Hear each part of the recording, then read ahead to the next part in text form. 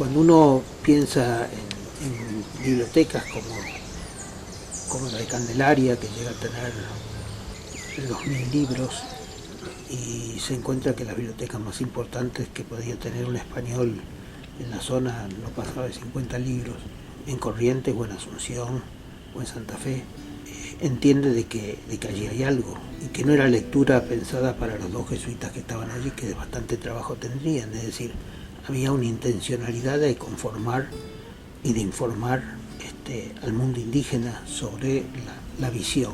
Según el registro de Furlong, llegaron en total 56.000 ejemplares desde que vinieron los jesuitas hasta que fueron expulsados en 1767. Es lo que se llamó la librería grande, 56.000 ejemplares. Una visión que no era solamente la visión teológica o la visión religiosa, era una visión que tenía libros de historia, de geografía, de medicina, de arquitectura. Tenemos los registros, además de lo que había en materia de libros en cada una de las misiones. Pero además, según los pueblos, esas bibliotecas tenían un repertorio de libros de su época, por ejemplo, sobre cirugía, sobre botánica, sobre hierbas medicinales o sobre lo que de medicina se sabía en la época.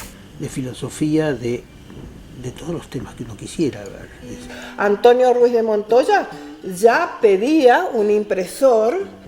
Las impresiones de Montoya fueron en Madrid porque no tenía su imprenta aquí, porque tampoco estaban las licencias. Las misiones en algún momento también fabrican su propia imprenta. Entonces nace en Loreto la imprenta. ¿Para qué era la imprenta? Bueno, en primer lugar, para publicar los libros en idioma guaraní, el vocabulario y el diccionario. Uno piensa en unos folletitos, uno piensa en catecismos de 20 páginas. No, son catecismos de una buena cantidad de páginas. Los libros de Montoya tienen 400 páginas cada uno. ¿A quién le pidieron permiso? No lo sé, no lo sabemos. Dentro de la orden debieron tener permiso. De hecho, el primer libro, del cual no se tiene rastro, que es el Martyrologium Romanum, no tenía la licencia todavía cuando se editó en 1700. Después el segundo es en 1703, que es Flos Santorum, que tampoco se tiene ningún registro de este ejemplar.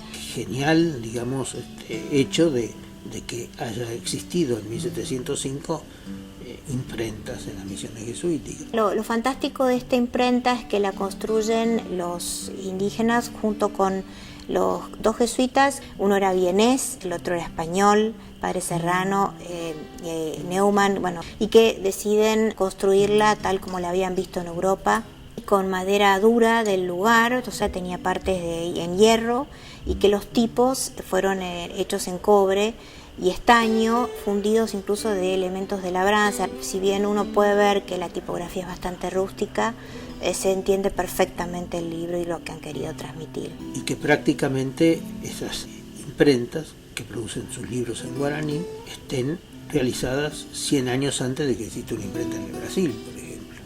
Imprenta en el Brasil que la lleva el rey cuando pasa de Portugal al Brasil, o 70 años antes de que los propios jesuitas llevaran una imprenta a Córdoba.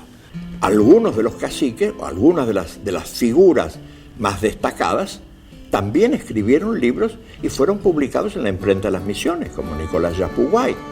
Nicolás Yapuguay nació en 1680 en Santa María la Mayor, se crió en las reducciones, se crió con los jesuitas, se educó con ellos, aprendió muy bien el latín y a su vez les enseñó el guaraní y además era músico. El laboratorio, el padre Morales le puso el nombre Nicolás Yapuguay.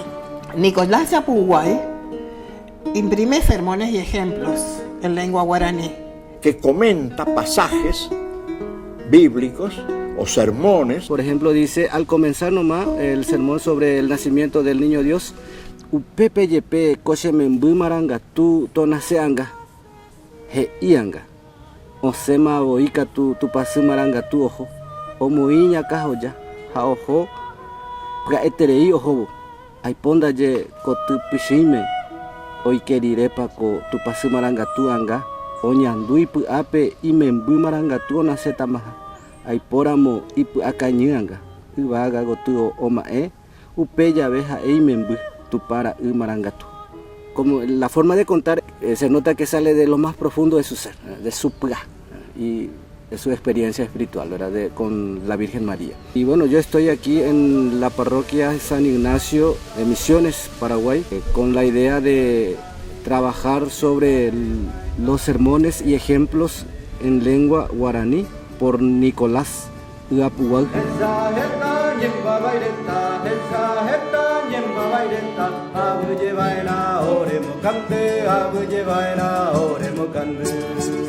El libro, uno de los libros, dice con la dirección de un padre jesuita. Y sí, por supuesto. Y hay jesuitas como el padre Restivo, o el caso de Yapuguay, y las obras que escribió, es el tiempo en que el maestro apoya al discípulo y el discípulo muchas veces se convierte en maestro. Claro, con el apoyo de Restivo. También los libros de los propios jesuitas dicen con la aprobación del superior. No hay que escandalizarse mucho que era con la Virgen, porque algunos sugirieron, no, pues un jesuita que seguramente le dijo. Y le habrá estado un poco encima, le habrá orientado, pero lo escribió él, en definitiva. Desde el catecismo de Nicolás Yapuguay aparece la Virgen María, un pequeño grabadito, que se cree que es una silografía, que es una pequeña talla de María y el niño, que es el único que tiene esa tapa. Después los demás en general son tapas, o se ha perdido la portada, o son portadas sumamente simples donde directamente empieza el texto. También estoy practicando música guaraní. Y el libro más importante que editaron, de la diferencia entre lo temporal y lo eterno. El primero que sí se sabe, que tenemos uno en Luján, es el de Nierenberg, entre lo temporal y lo eterno. Del padre Juan Eusebio Nierenberg, de la Compañía de Jesús. Realmente es una obra maestra por los grabados que tiene. Juan Yaparí, como grabador, aparece, firma la obra de Nierenberg, nada menos que de la diferencia entre lo temporal y lo eterno, que tiene tantos grabados de representaciones de lo temible, del mundo infernal, pero seguro que hubieron otros grabadores. Es una diferencia entre lo que es el cielo y la tierra, los valores, etc. ¿Explicado en qué lengua? En guaraní. La principal contradicción que los jesuitas tienen con los mandatos del rey es el haber mantenido a los indígenas en el idioma guaraní y no haberles enseñado el castellano. Eso se hizo para evitar, lo dicen claramente, que entraran en el comercio con los españoles y para fortalecer el carácter identitario del grupo guaraní. Ese libro fue escrito originariamente en Europa, lo tradujeron acá, lo publicaron en guaraní.